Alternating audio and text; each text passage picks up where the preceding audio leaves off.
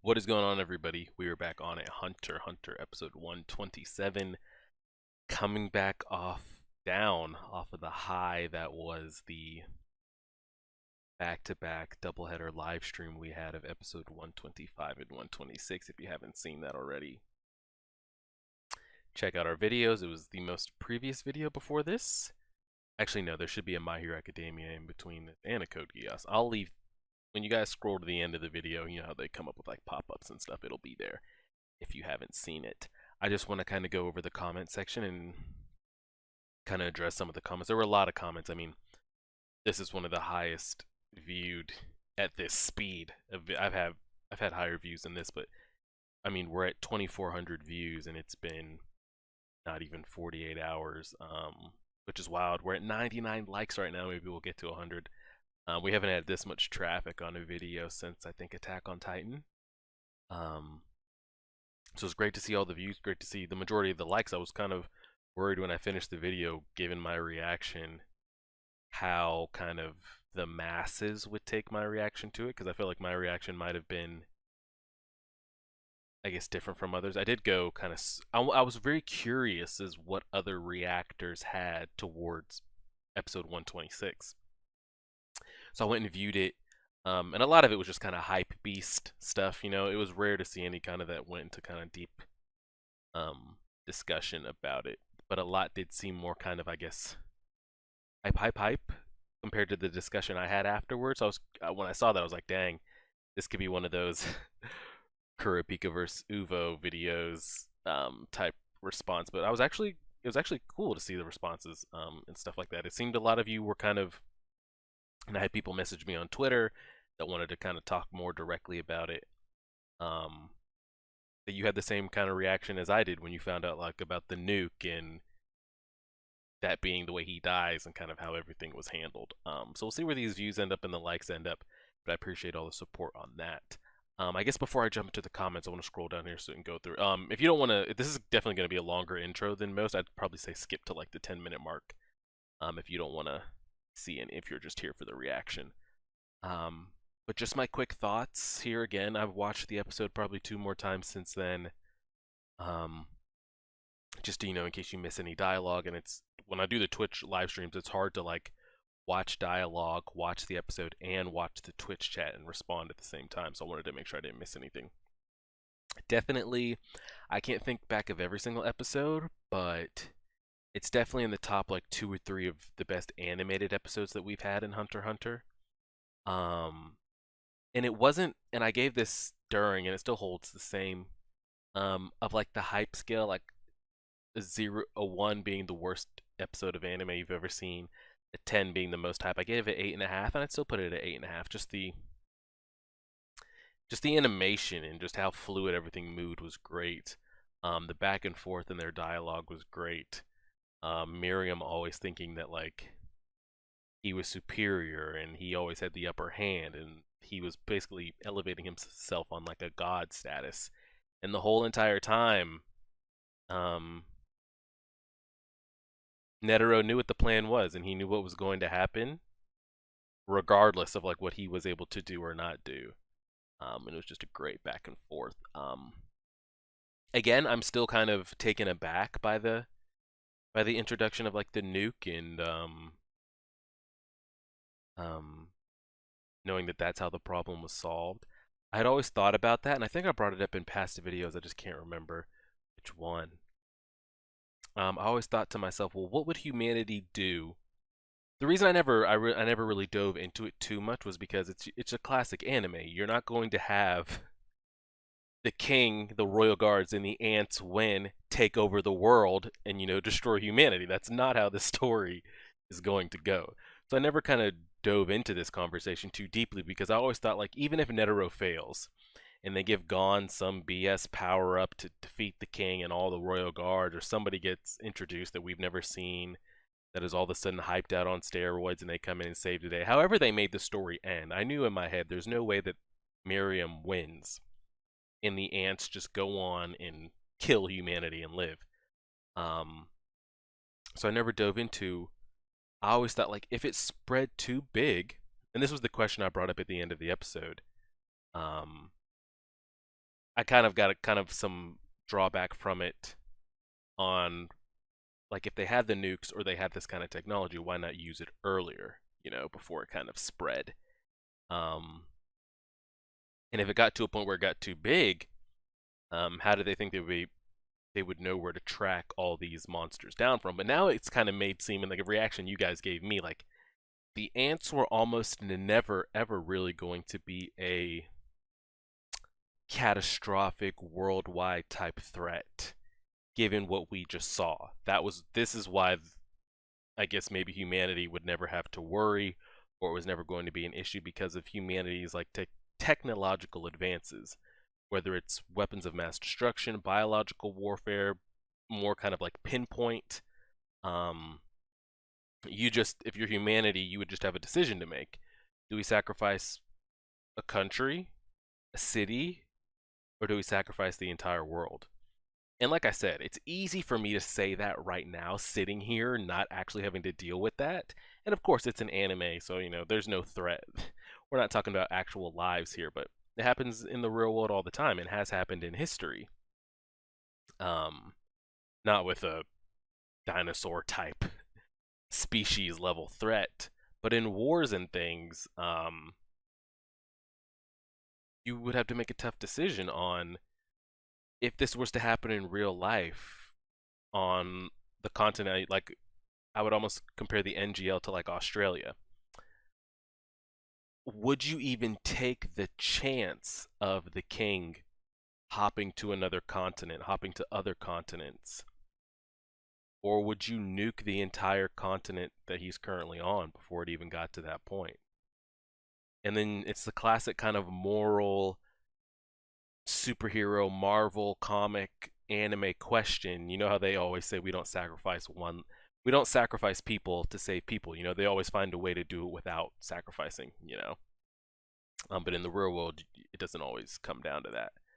So the decision you would have to make, if I was one of the leaders of the Hunter Association or humanity, whatever political factions, would you just nuke the whole entire place and not even take the chance of it spreading to ever actually being out of control?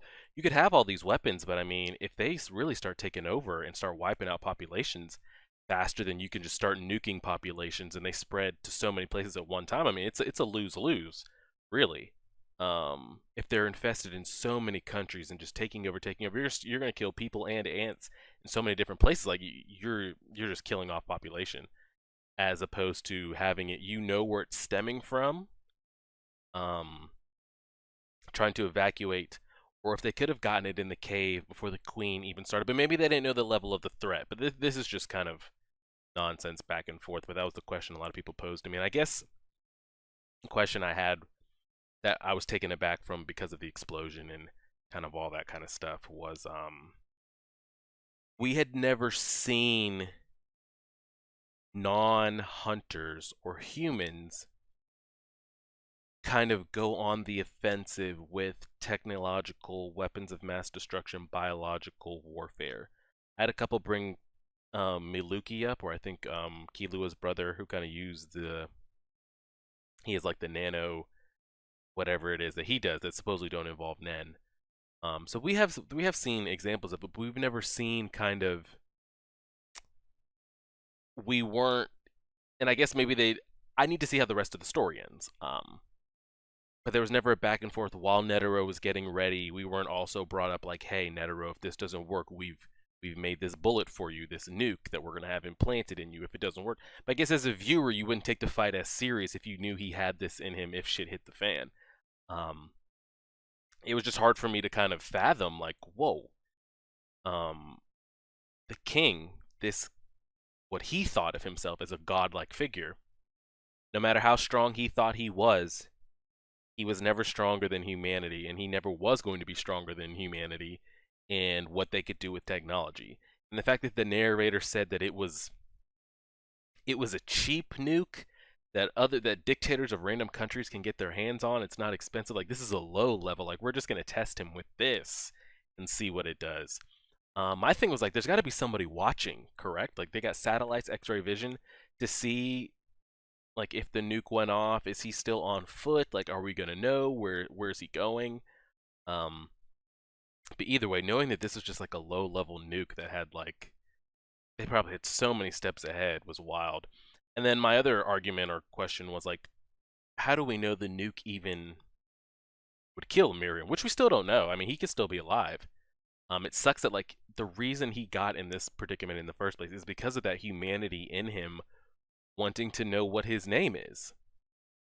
Well, either way, even if he didn't want to know his name and he just blitzed Netero, chopped off his head, um, the bomb was going to go off when Netero's heart stopped, and I'm guessing it would have been instant. So I don't know how he could have gotten out of that situation. Now, again, if he would have taken his head off before they got trapped in kind of that bomb shelter tomb, maybe he would have had a chance to kind of like use his speed to escape. But even then, we don't know. I just bring up the argument because we've seen guns and rocket launchers and things be ineffective in Hunter x Hunter so far. I know a couple of you brought up the example of Ponzo being killed by a gun. I don't take Ponzo that serious. I didn't take her, and she was. I don't even know if she had her Nen activated. Like it's just, I don't know. I didn't take her that serious. But the prime example to use is Uvo. We saw this man. I think he was tanking bullets. He tanked a rocket launcher to the face or a sniper rifle. Um, and he did make the comment. I had a lot of you say, "Well, he said it stung and it hurt," but I'm just trying to compare things. Like if I'm putting Uvo here and the King here, Uvo gets hit by a rocket launcher. I would equate that to Miriam getting hit with a nuke. Like with their powers being that, their power level and just everything about them, their aura capacity, just them as species themselves. I'd have Uvo here and the King here. So if a rocket launcher scratch or stings Uvo, I would expect to maybe that's what like a nuke would feel like to Miriam. Um, it's just hard to kind of tell because we've got, and then you just got to ask yourself kind of where Nen goes. Like what are the limitations of Nen? We got some good explanations in the comments here about like it still has its caps or its peaks or they're not, even though Nen is kind of one of the most complex power systems in any animes, it doesn't seem to be kind of on a world beater stage. You can always compare things in animes, power scalings, and you can do this with superheroes as well. Are they blockbusters, city busters, country busters? Are they world busters? When you're comparing like powers, like Captain America, he would be a blockbuster. He's not going to. He doesn't have power. He doesn't have anything he can do to destroy a city or a continent or a world. You introduce something like Thor, he could take out an entire city, an entire country, a Wanda, a Thanos, that type of stuff. The scales of their power output could be bigger. So I don't know where we're putting Nen on the scale of like what it can do. Um, I'm just gonna say like I would think I just have it up there because I just saw Netero summon something from like the outer solar system, like beams of light from the solar system. Um, and I don't know how strong that is, and it's hard to tell how strong it is because he used it against a godlike figure, and the godlike figure came out with scratches.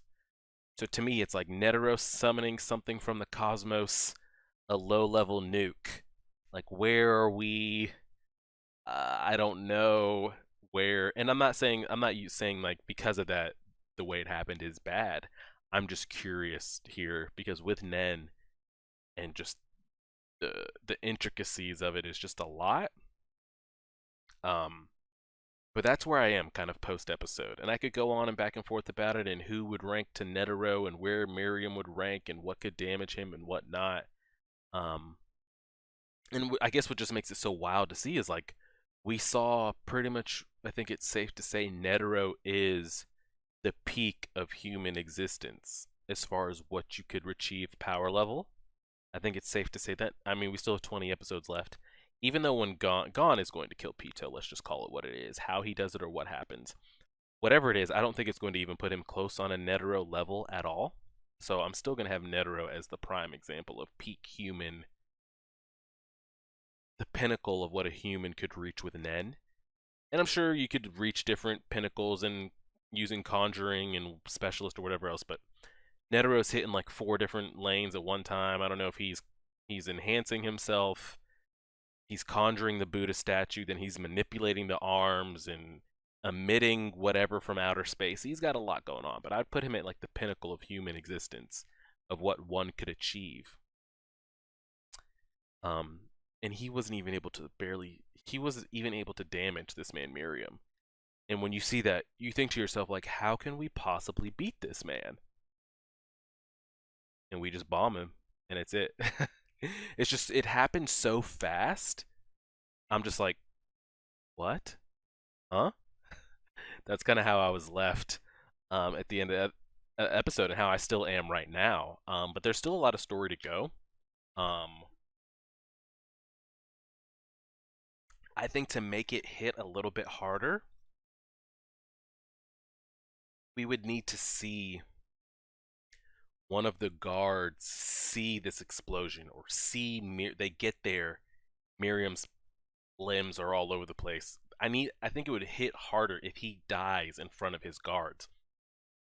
Because if they just see an explosion and they get there and they're unable to find him, there's no way to really confirm that he's died.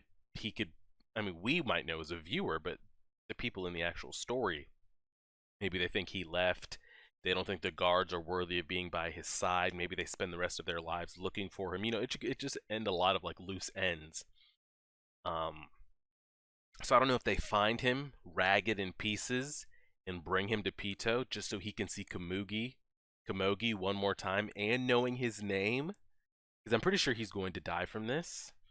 But like, he just found out his name and didn't even get to do anything with it. Didn't get to tell it to anybody. Didn't get to tell it to the person that he cares about the most. So it would hit harder if there's somehow we can get his body to her as she's coming back to, and then he sees her, tells her his name, and he dies. Something like that. Or maybe they get there, um, Poof and Yuppie are on the way. They see the explosion, and maybe they find the king there dead, or maybe there'll be nothing left of him at all.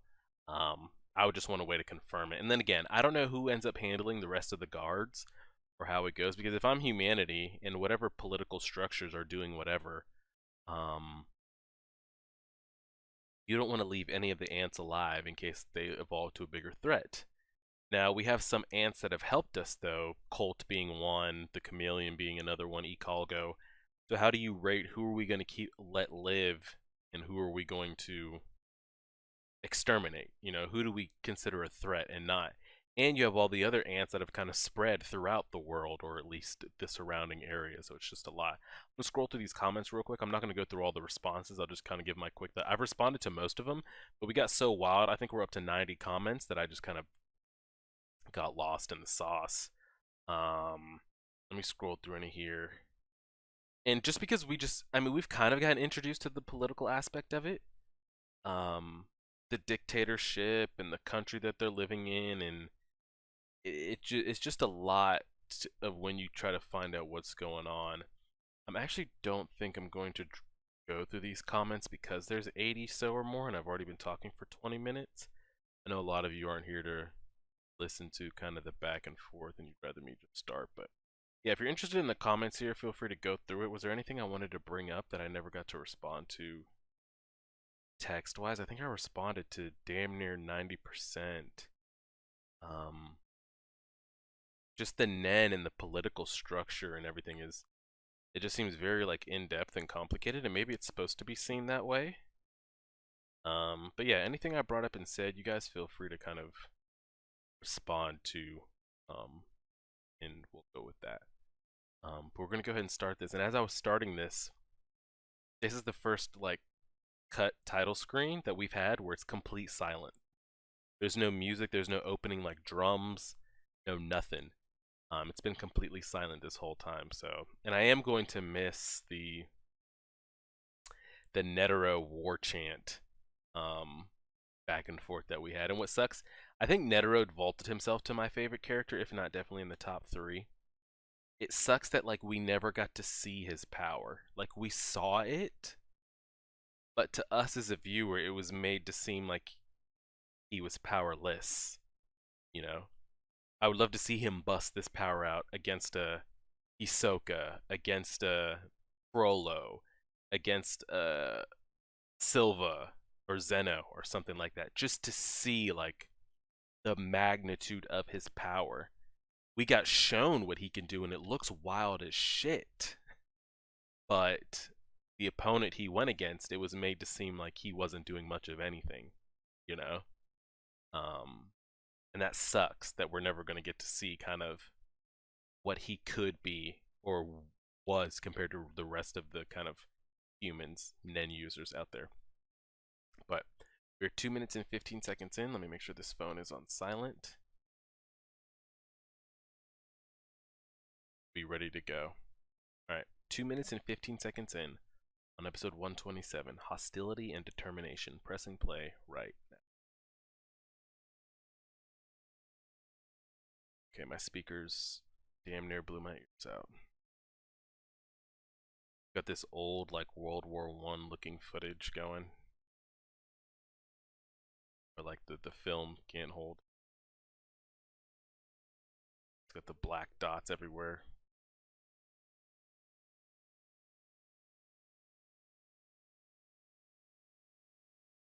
It was very possible to quickly mass produce. I guess the first thing we need to know, is he alive? That's the first question.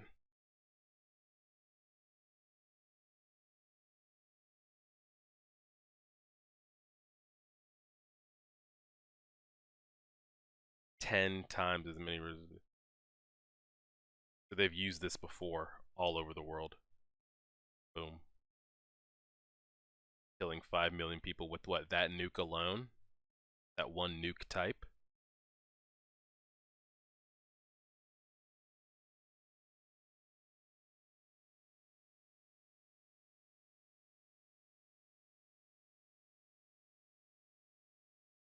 I wonder how far that would have spread too, because if he didn't have him in that underground tomb bomb shelter, I think it would have gotten all the way back to the compound and maybe killed those people that they had. That's why he purposely separated him as far as he could. Or maybe they already had an area picked out, I'm guessing. You know, just come. That's why I always wondered, like, where the fuck is this tomb in the middle of a desert?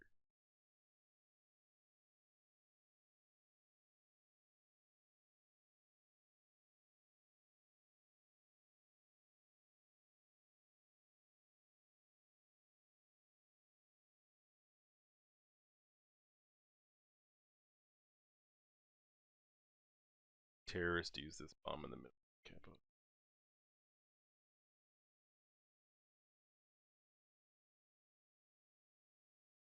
They stopped making it after that. 80% of the world rejected it.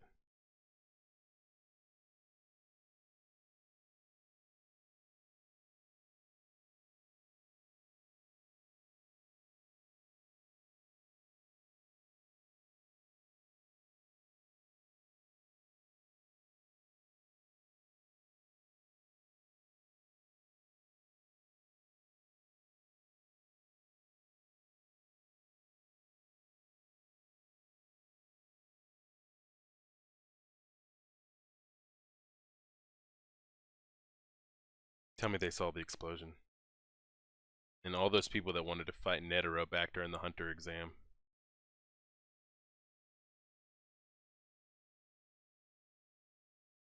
Good. Glad they saw it. It helps tie the story together. Hisoka and Killua wanted it. They wanted to throw hands.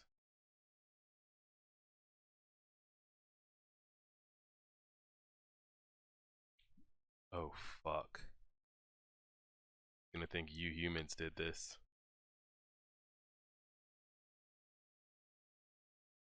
What's up with my man's what?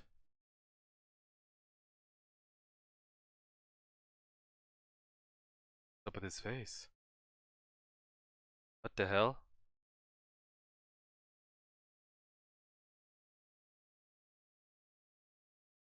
Okay, he took the fluff off. What's up with his face? I was about to say, this isn't one of those ass stories where it's a hive. This isn't a hive mentality where you kill the king and everybody else dies. So Poof wouldn't be dying right there. Oh god. Did it.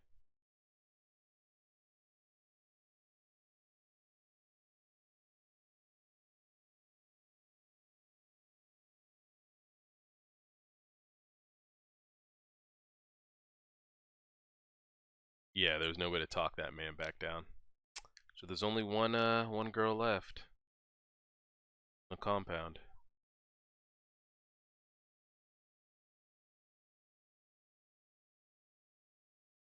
No way you hit me with that episode.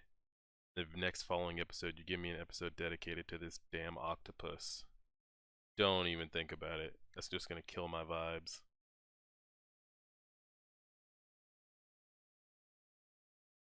Oh, he hasn't been out. He's been hunkered down.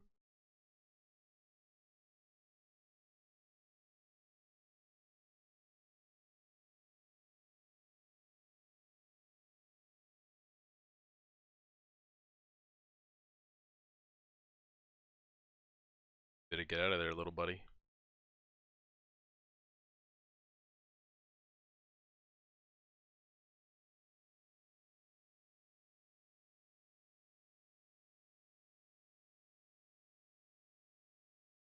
So she's just gonna be like this for the rest of her days? There's no way to change her back? Still didn't get an explanation on why she has her mermaid orb in her head. Okay.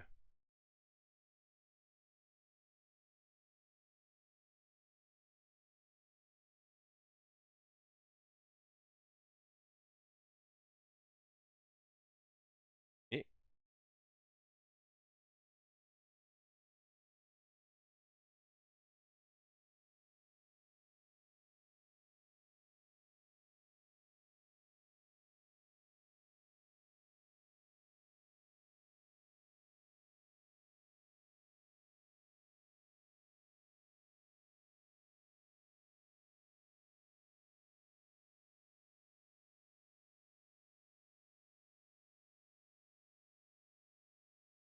And we had a big discussion going on Twitter and in the YouTube comments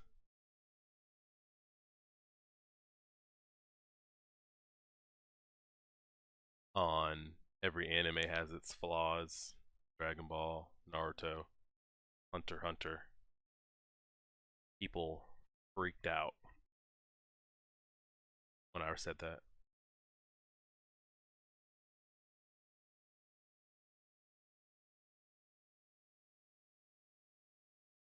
We're gonna save that discussion for when I finish all the episodes, though.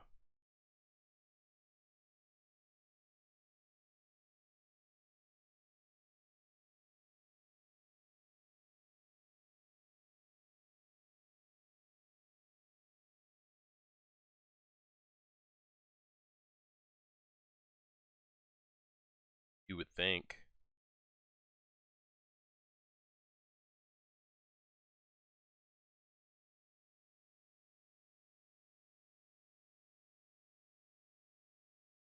So it's just these three and Knuckle, correct? Oh, and Million.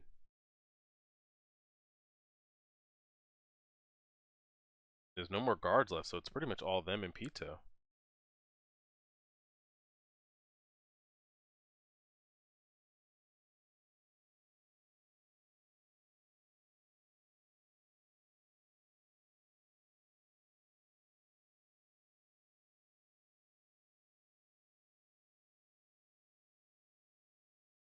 Yeah, there's no plan from here.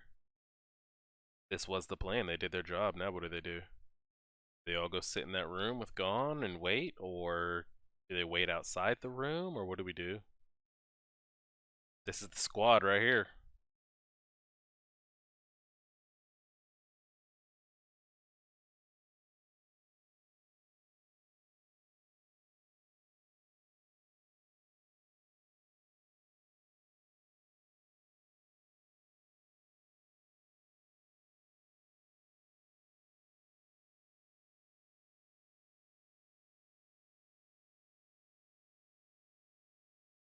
How would we rank this squad right here?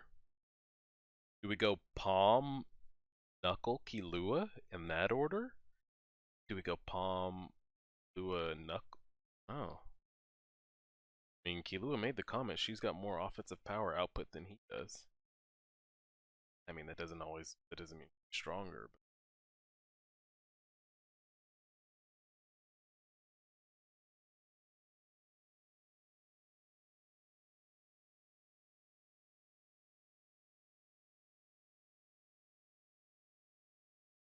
But now she's doing this for nothing. What does she do when she finds out the king's dead?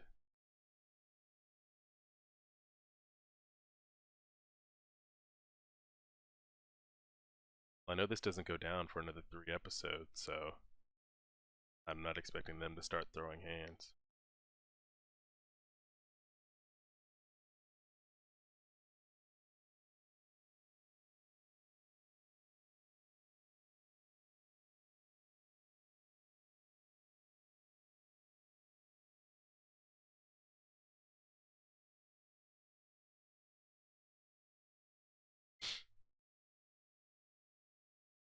King's dead.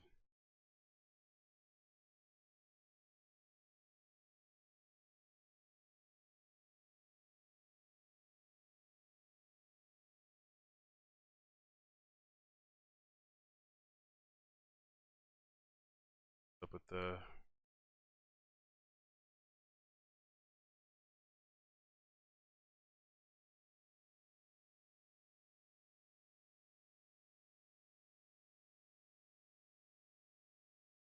who's watching the girl?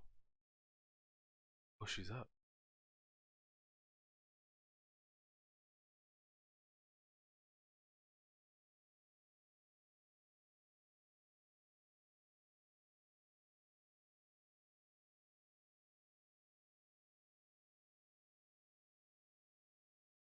He wouldn't do it. I don't believe him.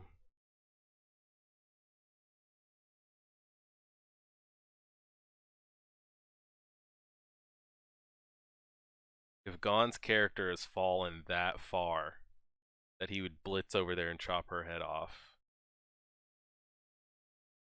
then he really is lost.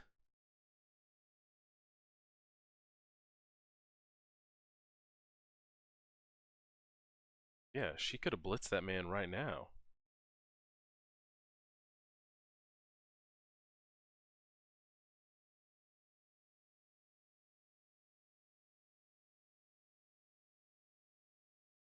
She's been so mentally shaken. Yeah, so how do you get Komugi to the king?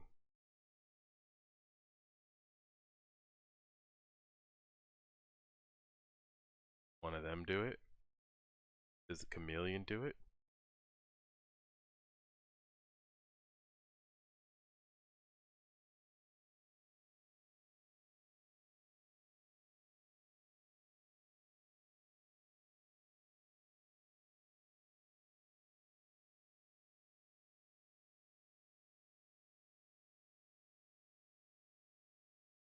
Komugi's definitely top 5 favorite character.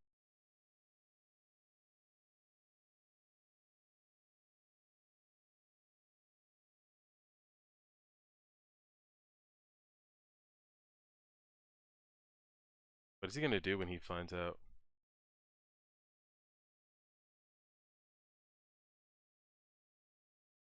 Well, neither of them are gonna kill her. So what are you saying? What are you saying? Kill her if she doesn't bring Kite back?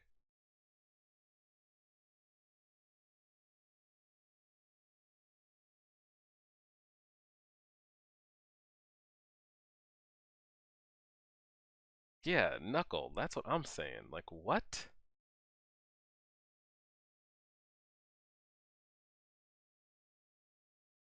And if she can't turn Kite back, then what?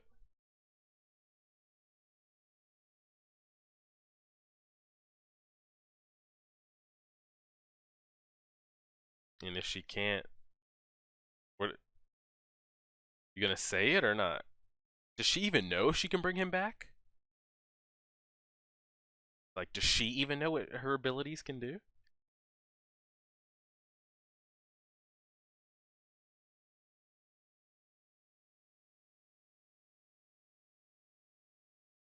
I don't think anybody's sure, to tell you the truth.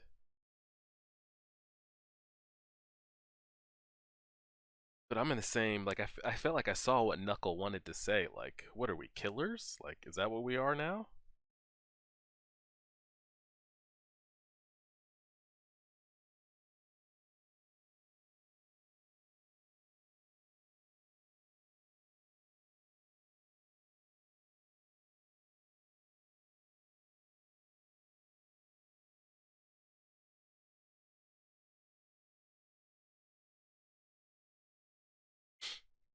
I don't know. Gon has just fallen out of my like of a character.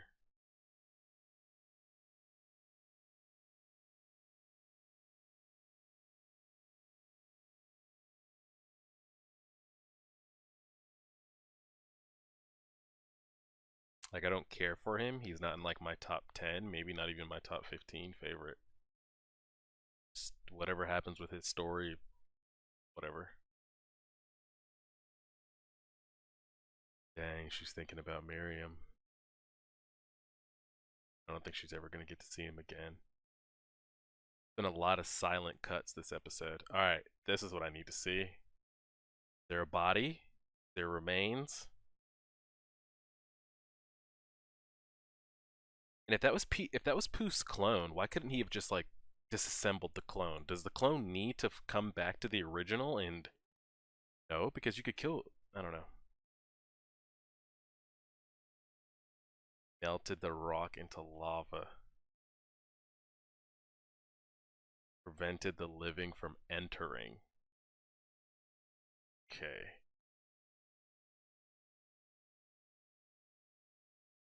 Did they know? They don't know, but they know. They see something? You sense something?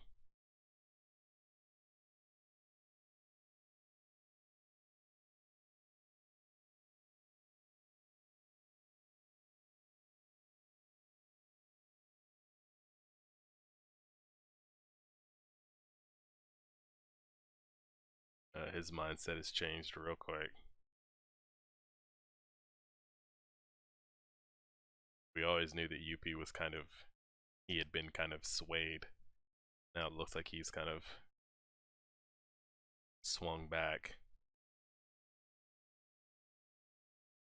Ooh, that's right. He can get small enough and kind of work through the smoke clouds and everything, correct? And the flames?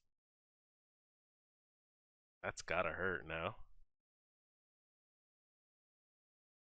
Gotta get the fuck out of that. Oh, he changed. Went from wings to some.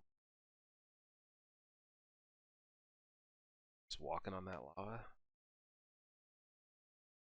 Okay.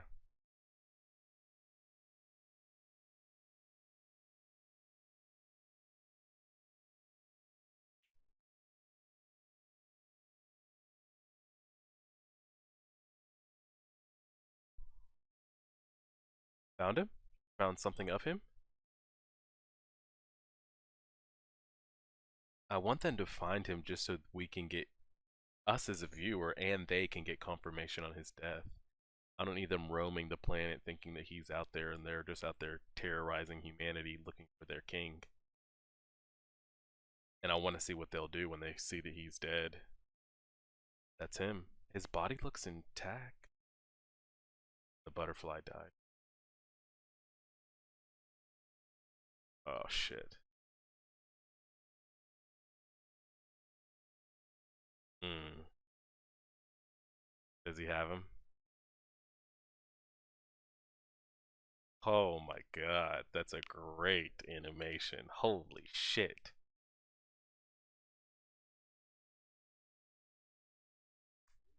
Oh shit. Their one purpose in life and they couldn't do it. Does he just have a head?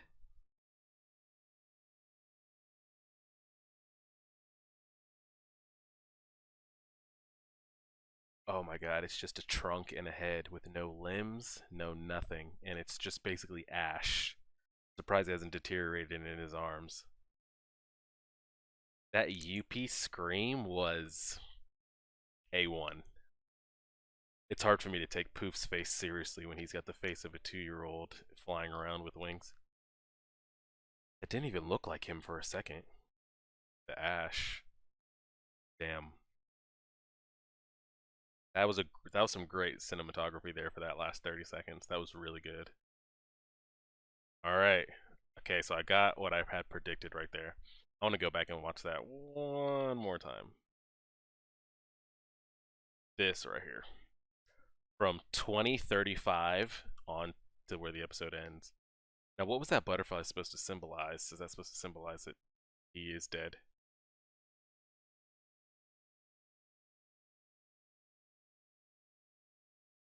That was some good shit. Some great voice acting right there. And that's a great shot. Let me pause that. This right here is probably the shot of the episode. This is the shot of the episode.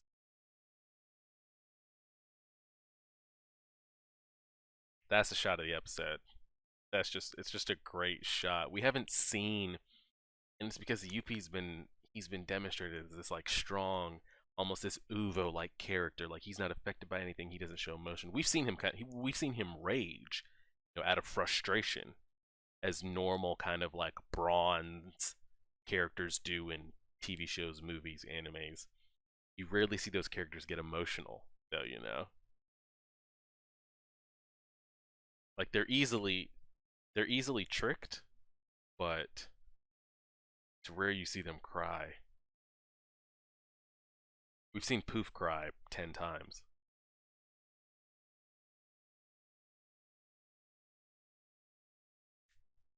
That's definitely him. No arms, no legs. Yeah, that's him. And it's good that I guess we got introduced that he doesn't have any regenerative powers. I always thought he was going to because I've had a lot of you tell me, and I've seen in other people's animes reaction. The design, you guys can quote me and correct me. The design for the king is 100% based off of a Frieza and Cell mixture. Is that correct? You guys can confirm that for me. Um, that his design is based off of Cell and Frieza, like it is for sure a mixture of the two. Like when I saw his arm get chopped off, I could have swore he was gonna have some kind of regenerative abilities. Um, that's it. Netero accomplished his goal. Netero was thankful. I mean, they were both kind of thankful of each other. Miriam kind of, not kind of, he did acknowledge Netero and was surprised. He even backtracked on what he planned to do with humanity and said he'd give humans their own kind of Holocaust area, let them live and kind of reassess every what they should do with the humans. And Netero was thankful that he reached an opponent, like he hit that Goku, that Saitama level of actually found an opponent worthy, of his attacks and everything. Um, and maybe he didn't do it with his own strength, but I mean, he did kill him. Um, just just wild to see. I feel like there's not much to really recap this episode. We got the explanation in the beginning. Everything in the middle was the Gon and Pito stuff. They're off running. I just Gon is just he's just mentally like not. I mean, we know he hasn't been mentally there, but this man, everything he's like been this entire anime, and I don't know if that's the author's purpose. You guys let me know. Am I overreacting? Am I being too harsh as towards Gon's character? Um, but he would really, really, really, he would kill that girl because I don't even think Killua would kill that girl. I don't even think he would now. I mean, of course, if he was hired and maybe reached into his ways, if Killua had to, he would. But I don't think he would do it without hesitation. I think if something happened and Gon was like, Killua, kill her right now, Killua would question it. He'd probably pause. Knuckle wouldn't. Palm wouldn't do it. Ikalga wouldn't do it. Um, the chameleon wouldn't do it. So for him to even utter those words, it's like, Gon, what have we become, man? Like, what are you what are you and what are you doing? What is this the person you are? Is this the type of person you've become? And maybe that's good writing. Maybe this is how everybody else felt, and this is how we're supposed to feel. But I just truly, Gon was never my favorite character to begin with. Um, he was just the main character, and we followed him, and we liked him. You know, he was this giddy kid, and kind of like all anime young kids are. They're super strong and beat up on adults and do all these crazy feats, and everyone's kind of like, oh my gosh, that's a kid. You know, the typical anime story. But I never like gravitated towards him. Like he was just a fine, like he was cool. Um, and we go from that to I get what's happened to him, but now we're taking hostages and we're threatening to kill little girls and shit. I don't know. It's just weird. Um, so we had the part in the beginning talking about how these bombs have been used before. They've killed 5 million plus people in 250 different countries, and they've been outlawed. They've been outlawed, I think, as far as mass reproduction, but they haven't been outlawed to the fact that they've been confiscated. So it looks like they're still being held by maybe dictators, country leaders, cities, terrorists, things like that. They made the Gon and Pito stuff in the middle. And the best part of the episode was the end. Poof and Yuppie finding out. So now the question is, what do those two do? You would think they're going back to the palace. And I'm telling you right now that that A team of Avengers we got at the palace is not enough. First of all, it's not enough to beat. I don't think any of them could take on one of the guards, let alone two. Multiply that with the rage that they're going to be feeling. Hold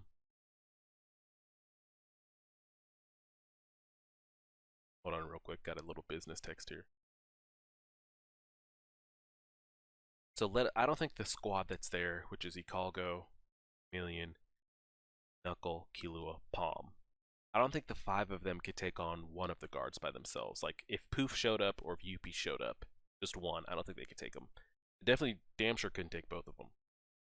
And then multiply that with the rage that they're going to be currently having. They're just going to be blinded by red.